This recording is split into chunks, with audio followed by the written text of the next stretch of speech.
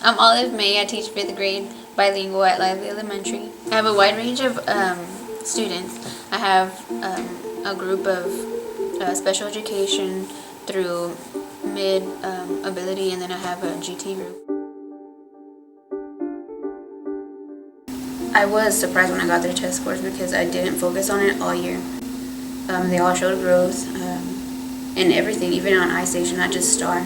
Even their fluency and vocabulary, they've shown growth. So I'm very happy with the results that I've gotten, even with STAR. Even though that wasn't my focus, it was just a byproduct of the learning model. Last year, I would get, in our STAR test, I would get 54s, and now I got an 80 because Ms. May really helped us, and she didn't waste our time on things that we already knew. So I've been able to see extreme growth in even my bilingual kids, their vocabulary, because they get so much time to speak, and that's the only way you get better at anything is if you're given the opportunity to do it. As far as my special education students, I had 7 of them, and out of the 7, I had 6 of them were able to pass the STAR test, and in years prior they had not passed the STAR test. Expecting growth as a whole student, not just, oh, they're reading better or their comprehension's enhanced. They're becoming better people, and that's ultimately what we should all, or what I want. That's what I want for my kids, for them to be good people.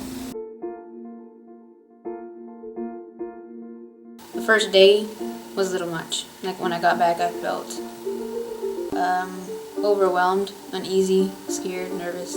But I didn't understand it fully, and I knew that I wanted to do it correctly. Like if I'm gonna do something, I want to do it right. And so I was like, you know what, I'm just gonna try it, and we're gonna see what works and what doesn't, and adjust from there. So, but I felt nervous and scared. When I gave them the stack of the papers that they have to fill out in their project binder, I could see their face. They were like, oh my God, what is this? By the second project, they knew what to do.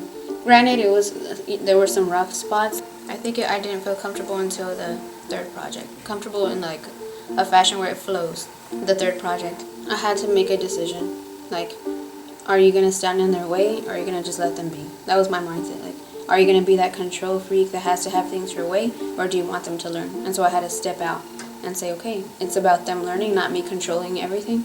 And once I did that, I noticed, hey, they can do it if I just move out of their way, let them do it. We didn't have to hear the teacher wasting our time, because if we get something, she wouldn't tell us over and over again what it was. So that helped us a lot practice what we really needed to learn. I like it because you really get to experience more stuff with your project, and then you get to connect more with your classmates. We investigated more. We worked on problems. It works on teamwork. Some positive things I've seen are that the kids cover the content on a deeper level. Like if I were to teach them something, it would be very surface level, and with them, they go deep. My kids are learning to break things down, especially like in a question. So one of my little girls said, I don't know how to analyze, and I'm like, okay, so what can you do? And she was like, well, I'm gonna go research and see what I can find. I'm like, okay. So I go over to the computer, and she's reading an article how to analyze people's behavior. And I was like, why are you doing that? How is that gonna help you for the project? And she was like, well, if I learn how to analyze people's behavior, I'll be able to analyze people in books, and therefore analyze historical fiction or anything for that matter. And I was like, okay. So she taught me a little lesson of, I don't have to learn how to analyze books. I can do it for people and then transfer that into anything. I was like, okay. And she did. Telling me, okay, yes, they were taxing the colonists and they got upset and started the revolution. But you're not telling me why did they tax them. I want to know why. That's important. In the Gage learning model, the way I differentiate with my students is that I find resources that tie back into the project, but that are on their level. Gente murieron por parte de la guerra, pero ¿por qué ocurrió la guerra? Ahí dice, si quieres, lo que puedes hacer es empezarlo de nuevo y tomar notas por qué empezó. The second collaborative was awesome. I don't know if they strategically placed it where they did, but where they placed it was perfect. We got to see it in action in another school, and I got to go to middle school, and I got to observe, and it was amazing the way they set it up, because the areas that I was deficient in, like I was telling her, I asked her specifically, I was like, I'm having issues with some kids not mastering certain texts. What am I doing wrong? And she was like, what are you asking them to do? And I was like, I'm asking them to do context clues. And she's like, okay. And she's like, let's find that on the Bloom's taxonomy. And so we found it. She's like, okay, you're asking me to do this, and this is level 3. She's like, maybe you can't do level 1 or 2 when you're asking them to meet you here. So she's like, let's start here. And so she helped me scaffold my workshops in like 3 different levels. She's like, for those who don't even know how to locate the context clues, you're asking them to use them, they can't. And that was like, why didn't I think of that before, And so that has impacted my students' progress a lot. Well, we made this chart and we put our test score. So if there was one of summary, if we got the summary question, there would be more than 2 or 1. If we got the summary question right, we would put a check mark. If we got it wrong, we would put an X, and that's what we need help on.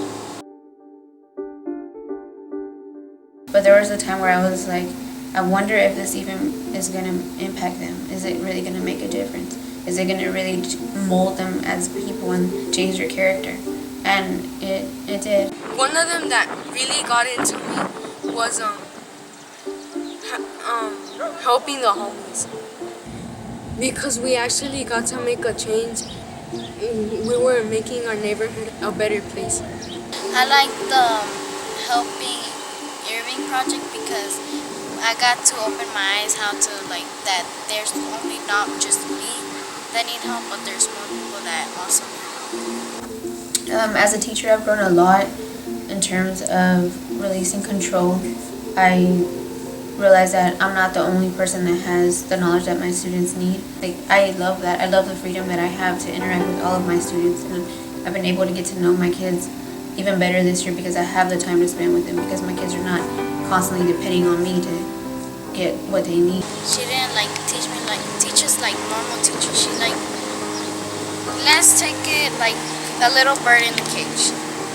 The old teachers would leave us in our cages and they would teach us. Instead, we were learning by ourselves, but she would help us when we need help. And being able to release that control, I've been able to help my kids become more autonomous and take ownership of their learning and want to learn, not because I want them to, but because they need to learn, and because they need it for a specific reason. Not because they need to pass a test, but because they have to apply it to something that they're going to do that actually means something to them.